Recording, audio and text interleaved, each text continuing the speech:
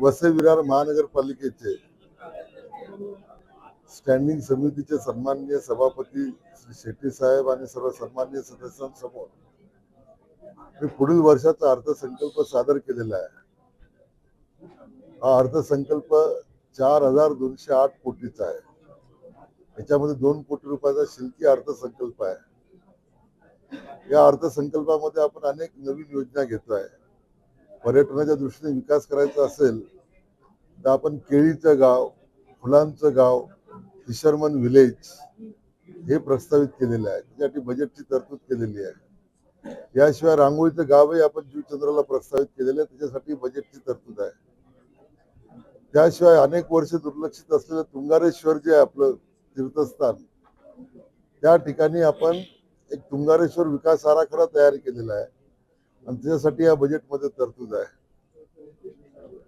याशिवाय पाण्याची चोरी होऊ नये म्हणून आपण स्मार्ट मीटरचा एक प्रकल्प किंवा याचा अभ्यास करण्यासाठी स्मार्ट मीटरच्या अंतर्गत आपण एक बजेटमध्ये तरतूद केलेली आहे, जेणेकरून कोणत्या भागात किती पाणी गेलं, किती वेळ गेलं हे आपल्याला इथे हेड ऑफिसहून कळेल आणि सर्व शहराला समान पाणी पुरवठा होईल।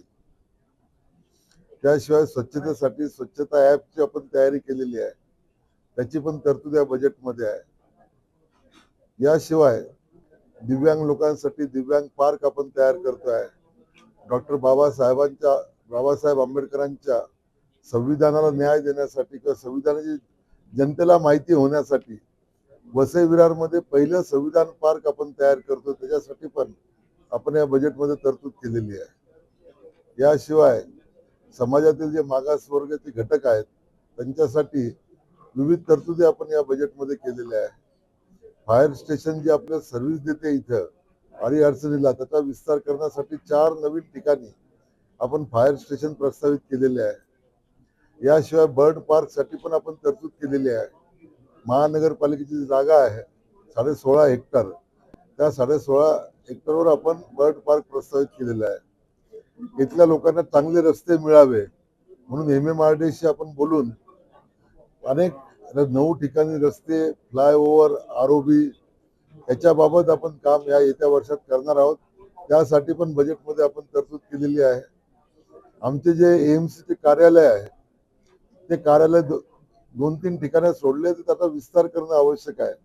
त्यामुळे कार्यालय बांधण्यासाठी पण या बजेटमध्ये आम्ही तरतूद केलेली आहे आणि हे सर्व समावेशक बजेट आहे। या बजेटमुळे वसई विरार महानगरपालिका क्षेत्रात राहणाऱ्या सर्वसामान्य नागरिकांच्या विकासाला मोठी चालना मिळणार आहे। विकास होईलच, त्याबरोबर लोकही खुश होतील। या ठिकाणी आम्ही जरी काही मालमत्ता कर किंवा पाणीपट्टीत वाढ केली असली तरी ते वसई विरारकरांच्या भवितव्यासाठी आवश्यक असल्याने ती वाढ केलेली आहे। लोकशाही मराठी ऐका, पहा, जागरूक रहा।